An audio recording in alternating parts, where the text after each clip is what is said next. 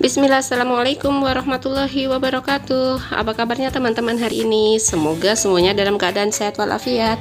Ya, hari ini Ustazah akan menyampaikan tematik tema 2, subtema 3, pembelajaran 5 dan 6 dengan tema Bersatu Kita Teguh. Nah, kompetensi dasar yang akan Ustazah bahas hari ini yaitu yang pertama IPS KD 3.4, upaya meningkatkan kesejahteraan pada masa awal kemerdekaan. Yang kedua SBDP KD 3.3, mempraktikkan gerak dan pola lantai tari merak. Selanjutnya PPKN KD 3.4, mempertahankan persatuan dan kesatuan pada masa kemerdekaan. Selanjutnya Bahasa Indonesia KD 3.4, kata baku dan tidak baku dalam teks. Untuk yang pertama yaitu muatan IPS KD 3.4, upaya meningkatkan kesejahteraan pada masa awal kemerdekaan. Kebijakan Uang Republik Indonesia atau singkatannya yaitu ORI, pada 1 Oktober 1946 pemerintah mengeluarkan larangan menggunakan mata uang nica dan digantikan dengan penggunaan ORI sebagai alat pembayaran yang resmi di Indonesia. Yang kedua, Konferensi Ekonomi pada tahun 1946, Menteri Kemakmuran Darmawan Mangunkusumo mengundang para kepala daerah di Pulau Jawa untuk mengadakan konferensi ekonomi. Pinjaman nasional, pemerintah mendirikan Bank Tabungan Pos. Program ini bertujuan untuk mengumpulkan dana bagi kepentingan perjuangan dan meningkatkan kepercayaan rakyat kepada pemerintah Indonesia. Upaya meningkatkan kesejahteraan pada awal kemerdekaan. Badan Perancang Ekonomi atau Planning Board pada tahun 1947, Menteri Kemakmuran Gani mengusulkan pembentukan Badan Perancang Ekonomi. Badan ini bertugas menyusun rencana pembangunan ekonomi. Program rencana ini meliputi menasionalkan bangunan umum, perkebunan, dan industri menjadi milik negara serta penyitaan perusahaan milik Jepang sebagai ganti rugi terhadap Indonesia. Selanjutnya Rencana Kasimo. Menteri Urusan Bahan Makanan I.J. Kasimo menyusun sebuah program yang disebut Rencana Kasimo. Tujuan program ini adalah untuk meningkatkan kesejahteraan rakyat dengan meningkatkan produksi pangan. Pengaruh kemerdekaan. Ini dilihat dari sebelum kemerdekaan dan setelah kemerdekaan. Untuk sebelum kemerdekaan, seluruh bidang kehidupan diatur penjajah. Sedangkan setelah kemerdekaan, Indonesia bebas menetapkan kebijakan. Sebelum kemerdekaan, hanya golongan tertentu yang memperoleh akses pendidikan. Nah, setelah kemerdekaan, semua warga berhak memperoleh pendidikan. Kemerdekaan Indonesia berpengaruh terhadap kebebasan pendidikan bangsa Indonesia. Keadaan ekonomi di awal kemerdekaan. Penyebab keadaan ekonomi Indonesia jatuh bangun di awal kemerdekaan. Belum ada pejabat menangani ekonomi.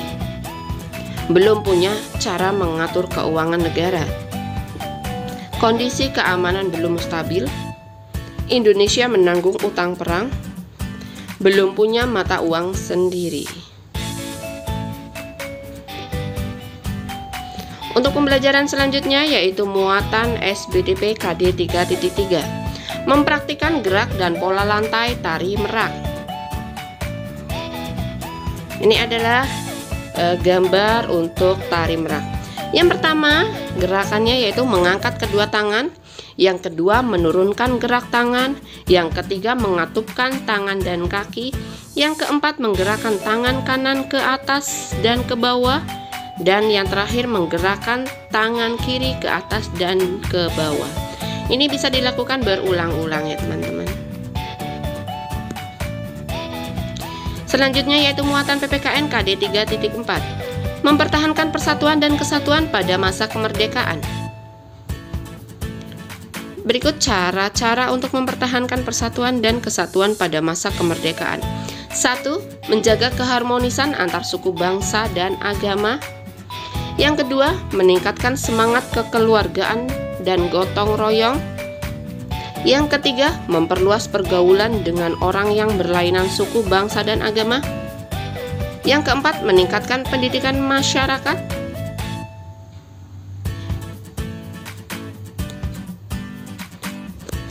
Yang kelima yaitu tidak mudah terpancing oleh pihak-pihak yang ingin memecah belah bangsa.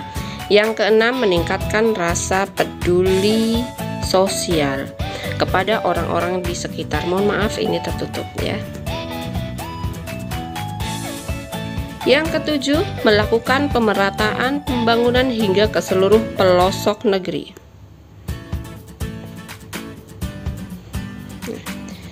Kegiatan yang selanjutnya yaitu meningkatkan semangat kekeluargaan dan gotong royong.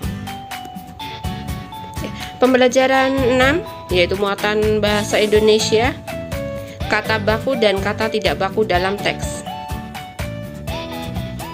Nah, mari kita ingat kembali kata baku yang sudah kita pelajari di materi sebelumnya ya.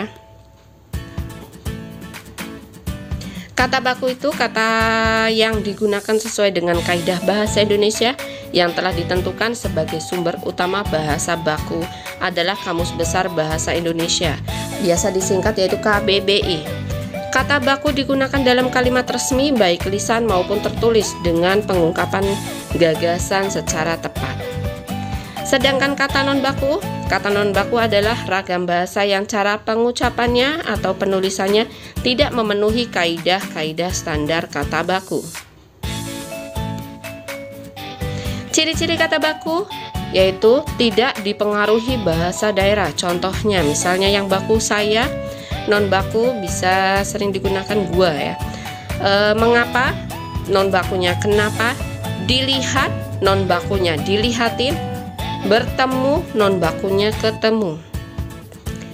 Yang kedua, tidak dipengaruhi bangsa asing. Contoh, kantor tempat, non bakunya kantor di mana. Sudah banyak sarjana, non baku sudah banyak sarjana-sarjana. Itu benar, non baku itu adalah benar. Kesempatan lain, non baku lain kesempatan. Contoh kata baku dan non baku. Kata baku analisis, non bakunya analisa. Objek, non bakunya objek. Nomor, non bakunya nomor. Moral, non bakunya moral. Metode, non bakunya metode. Kualitas, non bakunya kualitas. Kuantitas, non bakunya kuantitas. Jadwal, non bakunya jadwal. Ijazah, non bakunya ijazah. Izin, non bakunya izin. Nah, penggunaan ragam kata baku biasanya digunakan dalam surat menyurat antar lembaga, laporan keuangan, karangan ilmiah, lamaran pekerjaan, surat keputusan, perundangan, nota dinas, rapat dinas, pidato resmi, diskusi, penyampaian pendidikan, dan lain-lain. Ya, cukup sekian dari Ustazah. Hari ini kita belajar tentang IPS ya, upaya meningkatkan kesejahteraan pada masa awal pemerintahan kemerdekaan. Lalu kita belajar SBDP yaitu mempraktikkan gerak dan pola lantai tari merak.